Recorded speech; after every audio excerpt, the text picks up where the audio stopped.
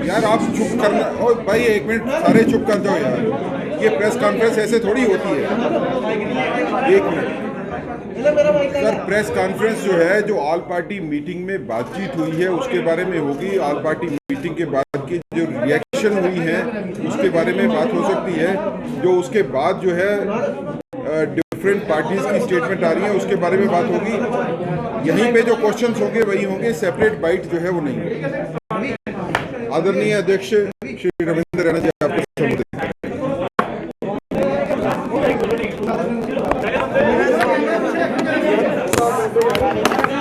सभी मीडिया के बंधुओं का भारतीय जनता पार्टी के कार्यालय में हार्दिक स्वागत है। साथियों, जैसा कि आप सब जानते हो कि 24 जून को नई दिल्ली में माननीय प्रधानमंत्री नरेंद्र मोदी साहब द्वारा जम्मू कश्मीर के संदर्भ में जो सर्वदलीय बैठक बुलाई गई वो बहुत अच्छे तरीके से संपन्न हुई। उस बैठक में जम्मू कश्मीर से 14 बड़े राजनीतिक नेताओं ने भाग लिया। माननीय प्रधानमंत्री नरेंद्र मोदी साहब ने जम्मू कश्मीर के अंदर जो एक पॉलिटिकल डेडलॉक बना था उसको समाप्त करने का एक बेहतरीन इनिशिएटिव लिया और इस बैठक में जो नेता आमंत्रित थे वो सभी उस बैठक के अंदर आए। भारतीय जनता पार्टी की ओर से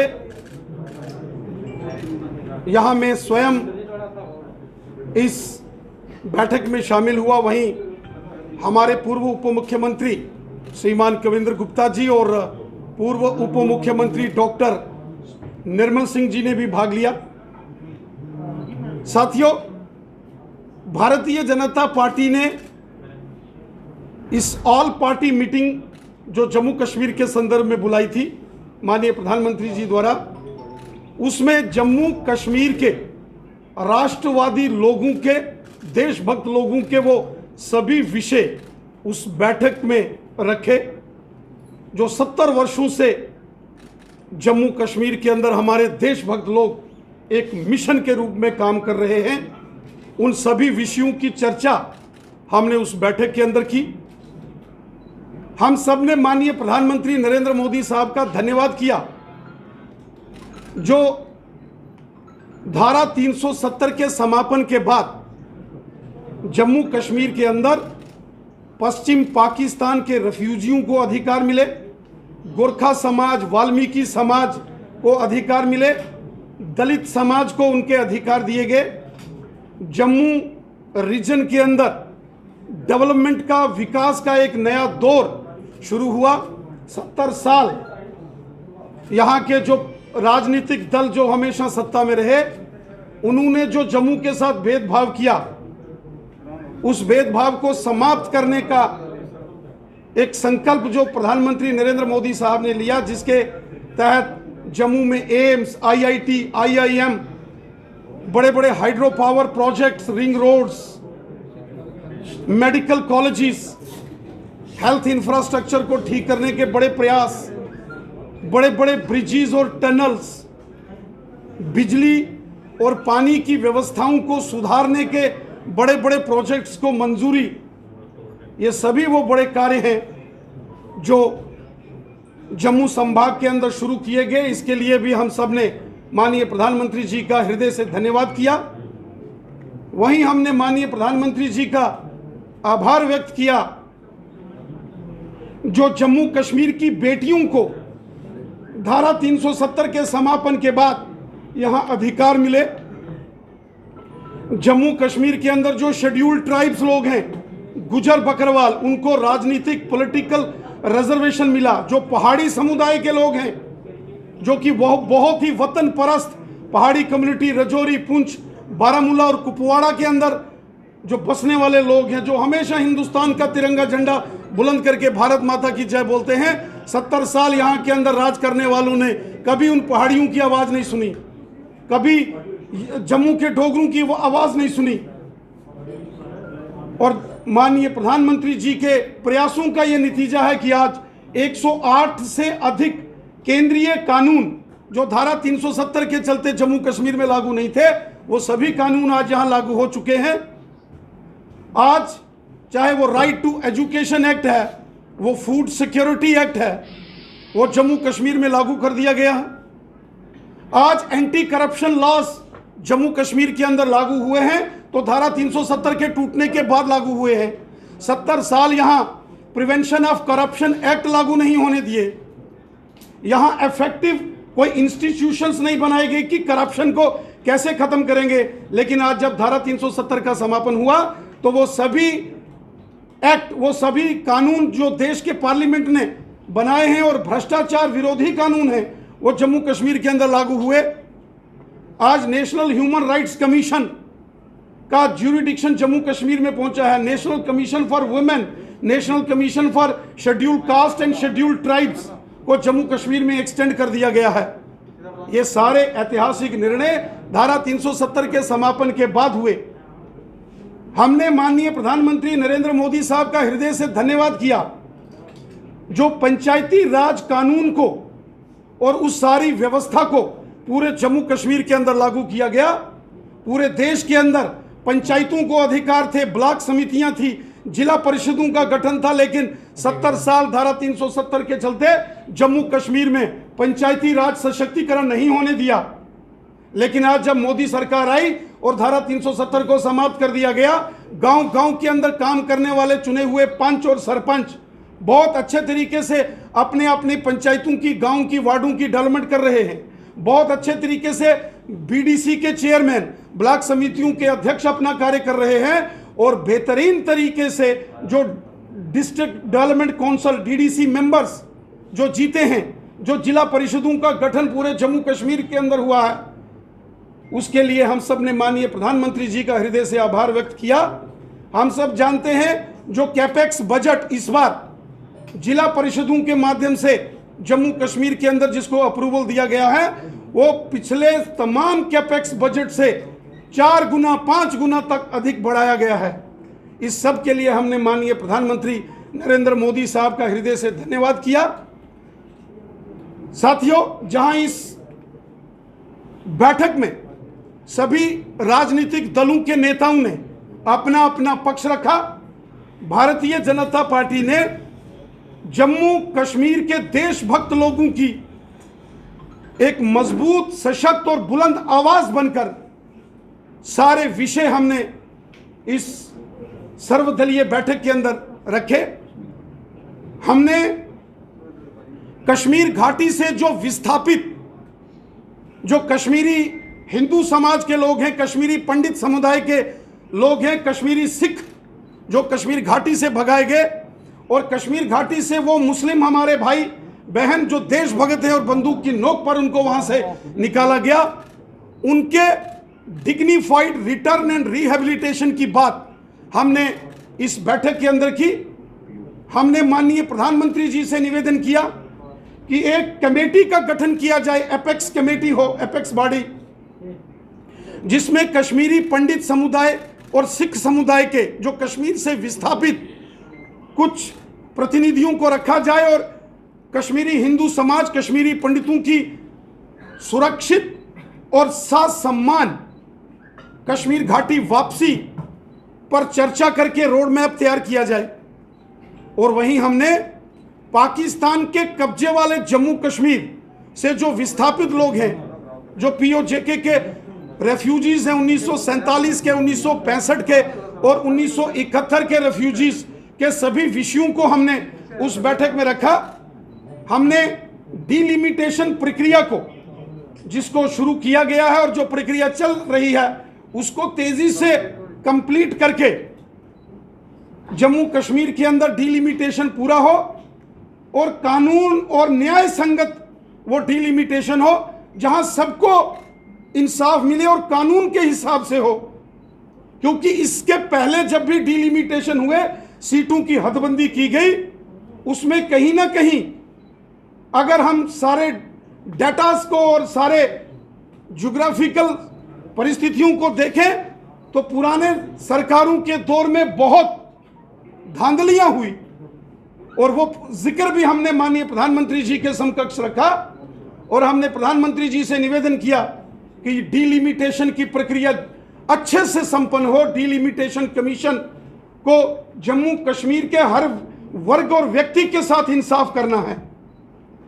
और वहीं हमने पाकिस्तान के कब्जे वाले जम्मू कश्मीर के लोगों के विषय में भी माननीय प्रधानमंत्री जी से निवेदन किया कि पाकिस्तान के कब्जे वाला जम्मू कश्मीर भी भारत का, हिंदुस्तान का हिस्सा है, जिसमें लद्दाख यूनियन टेरिटरी के साथ आने वाला गिलगित और बल्टिस्तान वो क्षेत्र भी है।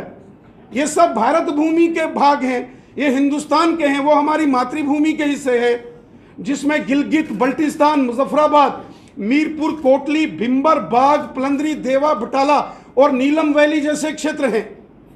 ये सारे भारत के क्षेत्र हैं, लेकिन वर्तमान में पाकिस्तान के नाजायज कब्जे में हैं।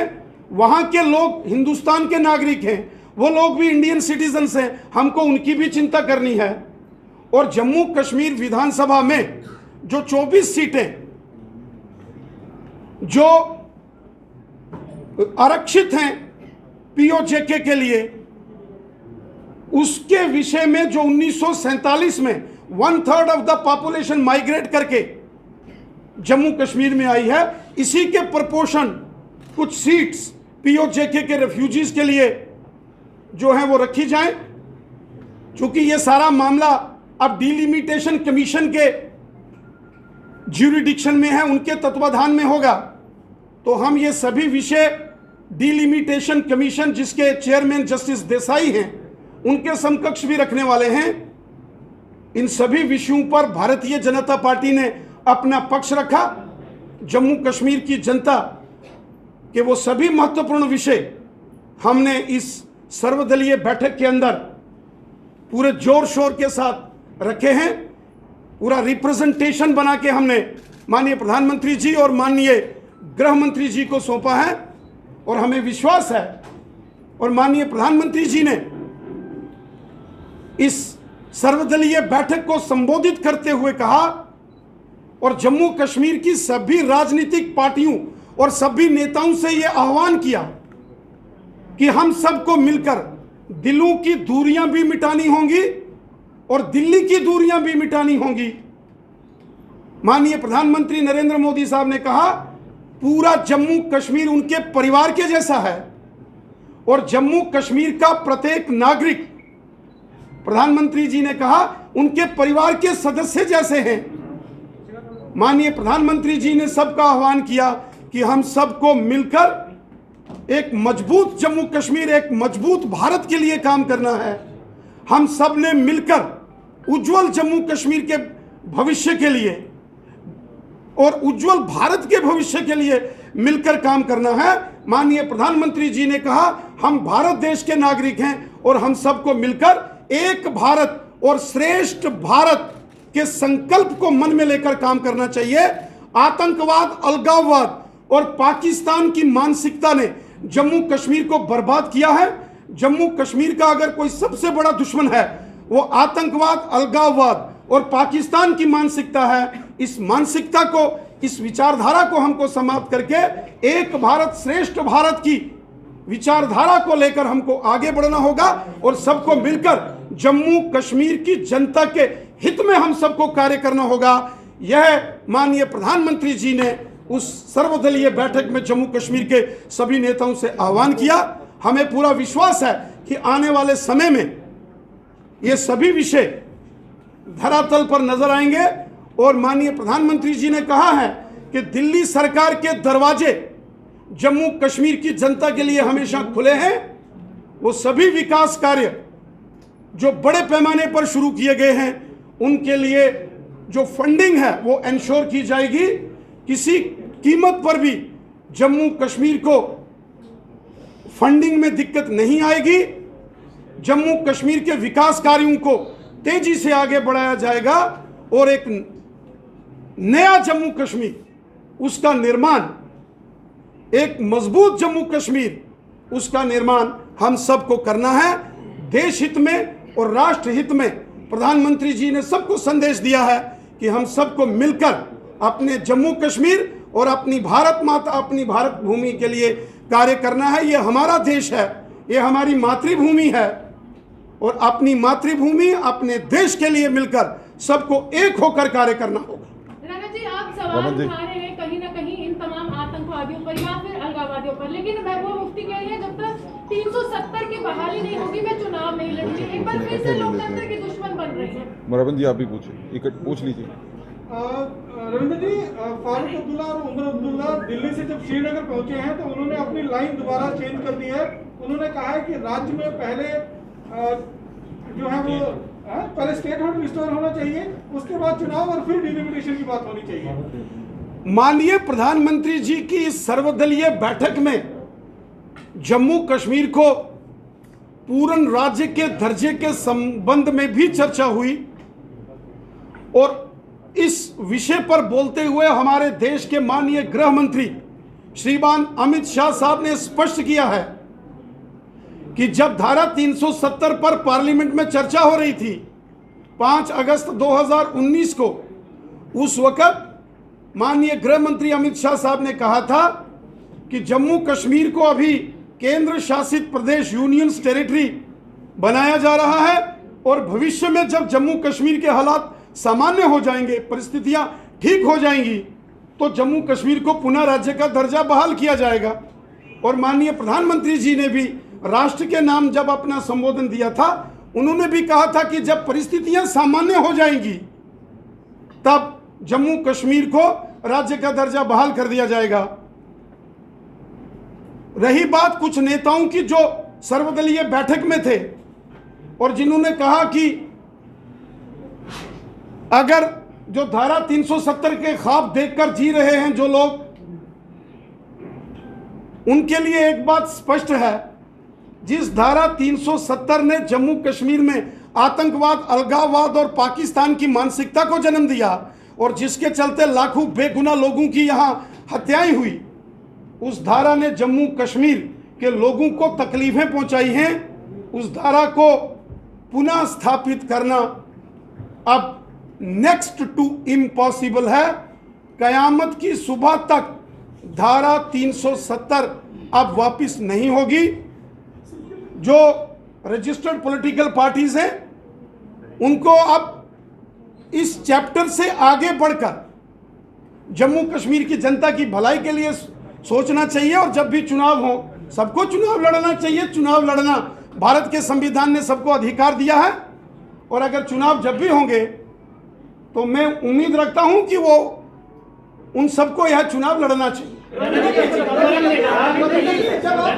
रविंद्र जी, आपने कहा कि माननीय गृह मंत्री ने कहा है कि समय आने पर जो है वो राज्य का दर्जा मिलेगा, लेकिन अब कश्मीर बेस्ड जो सेंट्रिक पार्टियां हैं वो पूर्ण राज्य का दर्जा मांग रहे हैं जिसमें लद्दाख भी शामिल